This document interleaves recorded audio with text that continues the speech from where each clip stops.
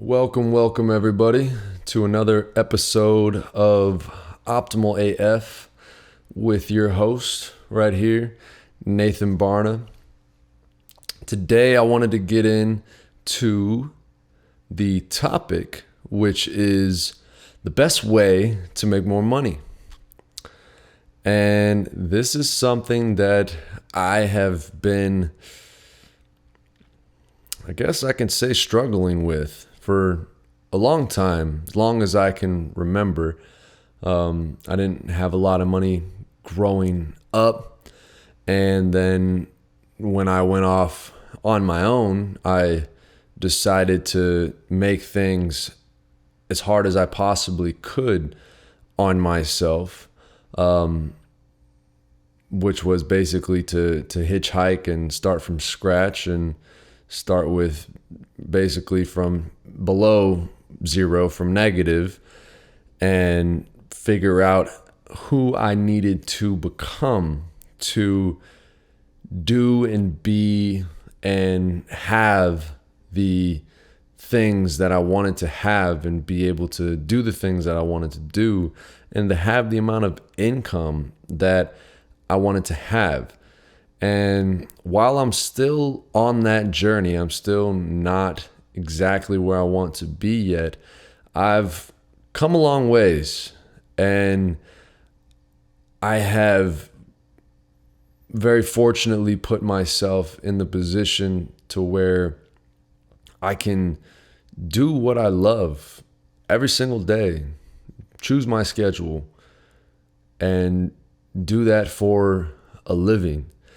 And while I may not be making yet exactly what I could be making had I had stuck to the traditional path of going to college, getting a degree, going to, get some engineering job, probably making a nice comfortable 80 to maybe 100K because I'm an ambitious guy, and hopefully not resented my decisions and not resented going to work every day. But when I was in college and when I was moving towards that outcome, I did feel that way. I did feel like I wasn't living a life of fulfillment. I wasn't being all that I could be.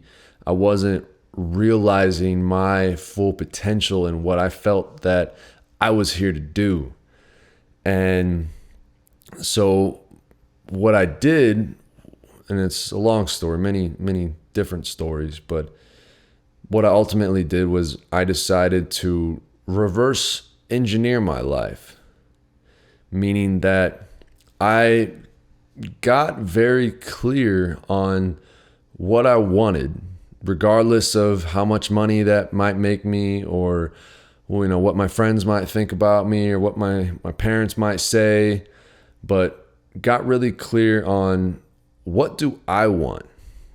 What do I want to accomplish? How do I want to live? What does my day look like? What does my life look like? How am I serving people? How am I serving myself? What kind of impact am I making? And once I started to get clear on this, and again, I had no possible clue. I had no idea of how I was going to actually make these things happen. They were just ideas. They're just a vision. But behind that vision came a deep purpose. And this is the missing link for a lot of people I have found. And a lot of people talk about finding their purpose, but oftentimes the places that they're looking are through the same lens that they have habituated themselves to looking through. If your lens is the same lens, if you're looking through the same pair of glasses at everything, you're ultimately going to see everything the same way.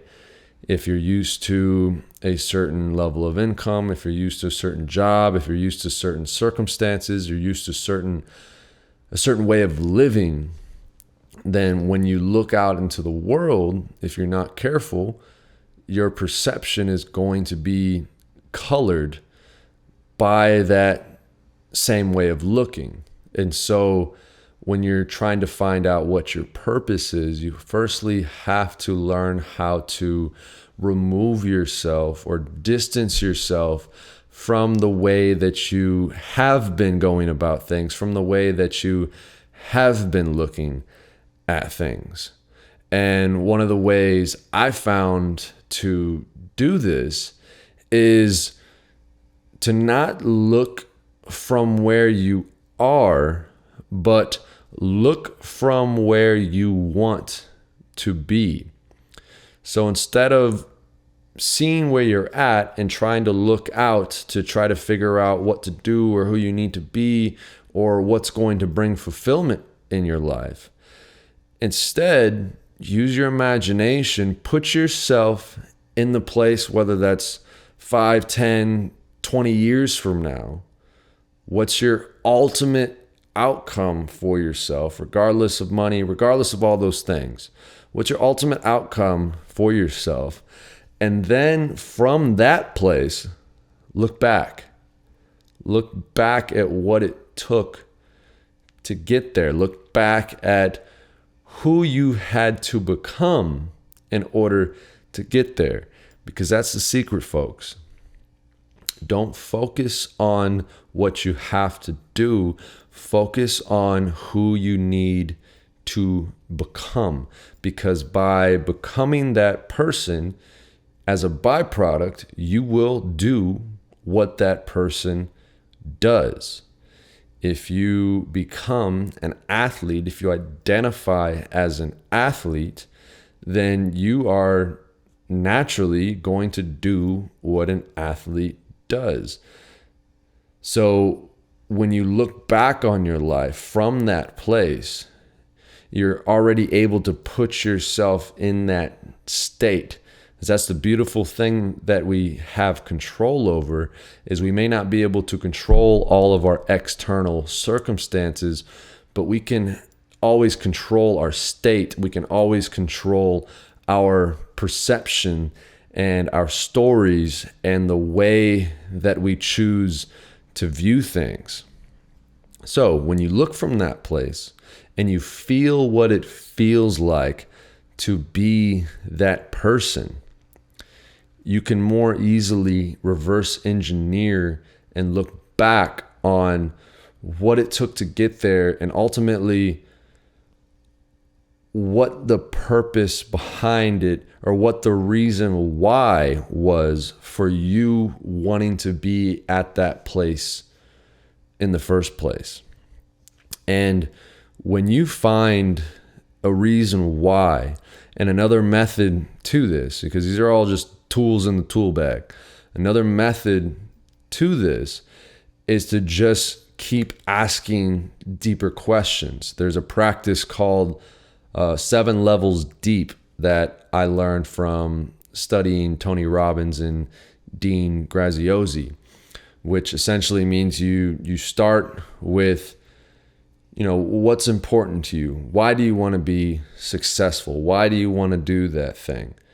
And for me, that might look like, well, I want to be a successful entrepreneur because I want to have freedom in my life.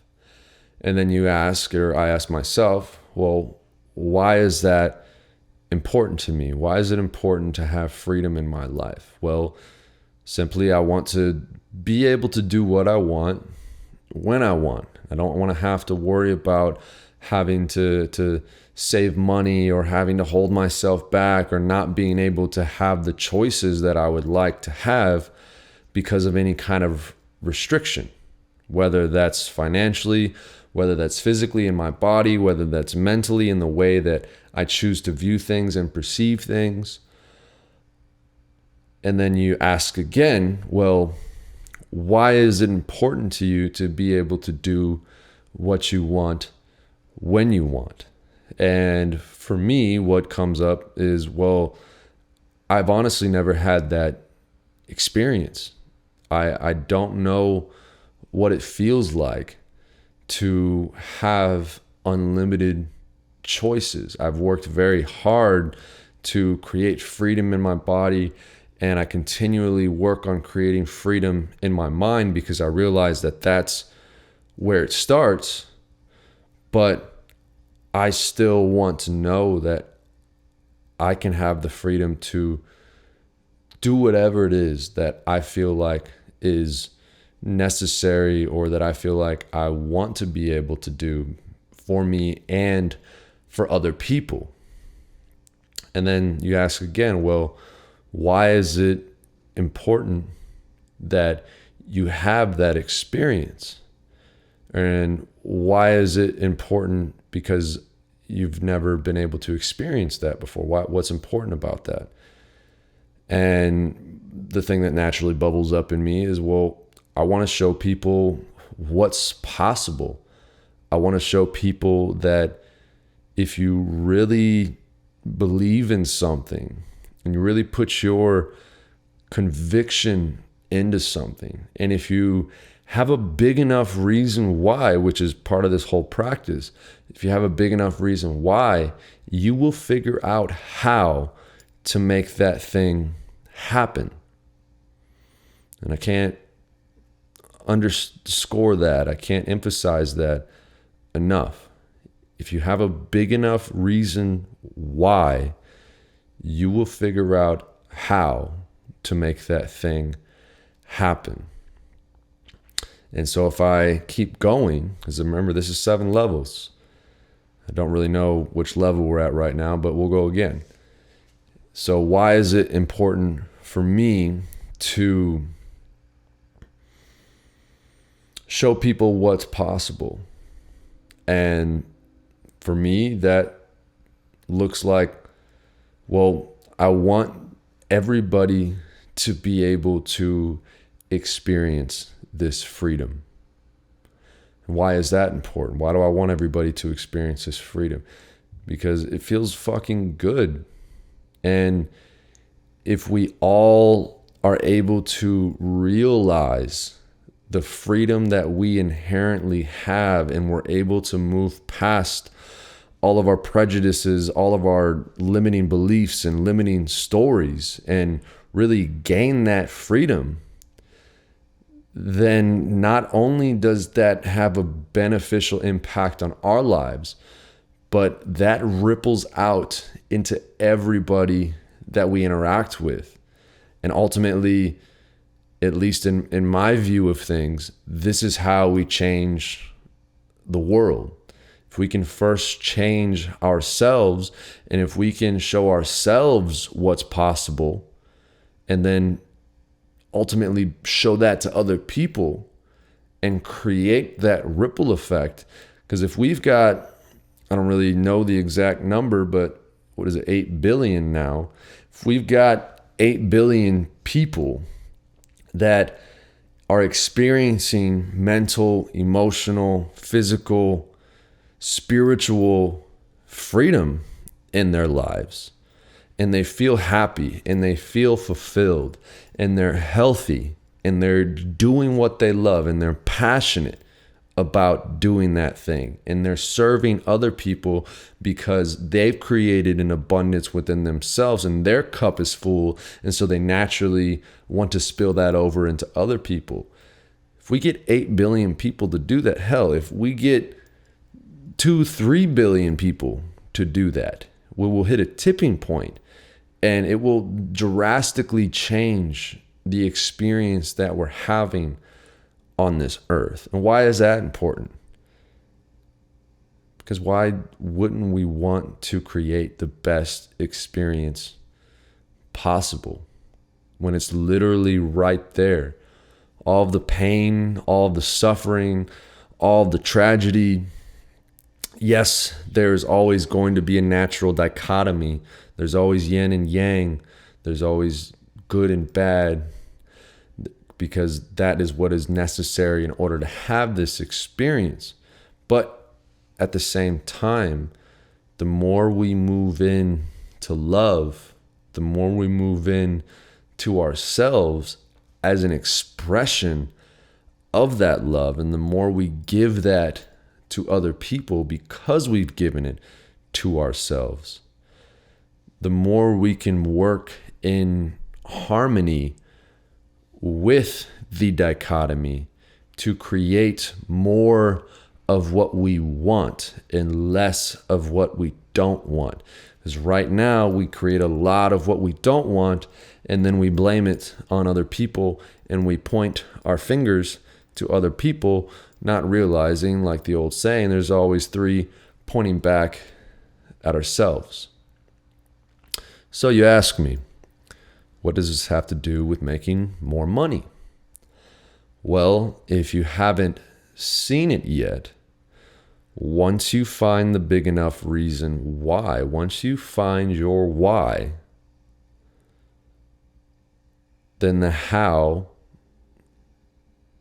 becomes way easier to figure out. Because when you have a big enough why, you're going to do whatever is necessary, whatever is in your power, whatever you can possibly do. And you're going to keep doing that thing. You're going to keep showing up, even when it gets hard, even through the self-doubt, even when you kind of fall off course a little bit. You're going to pick yourself back up, and you're going to keep going because you have that anchor. And that reason why, that becomes your purpose. And a lot of times that purpose and that reason why comes out of your biggest pain in your life. That's why they say from pain to purpose. The things that you've struggled with, the things that you've had to go through, those ultimately become your reason why you want to move beyond those and show other people what's possible. And once you get that reason, then whatever it is you set your intention to, and whatever it is that you can align yourself to, because we are quite literally an antenna for what we draw into our lives based on our soul's path, based on our fundamental beliefs and our fundamental orientation towards life.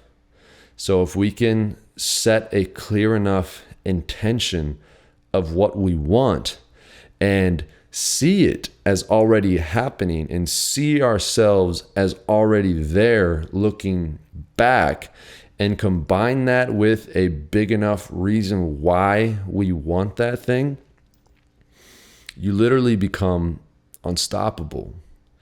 And yes, it's not like you're going to be able to figure this shit out overnight.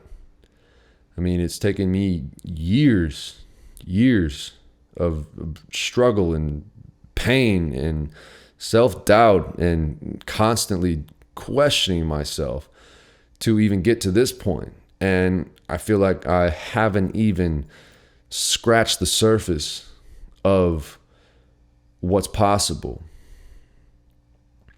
But I have learned how to think, and I've learned how to be able to become aware of my thoughts so that I can see which ones need to be changed and which ones aren't congruent with what I ultimately say I want for myself.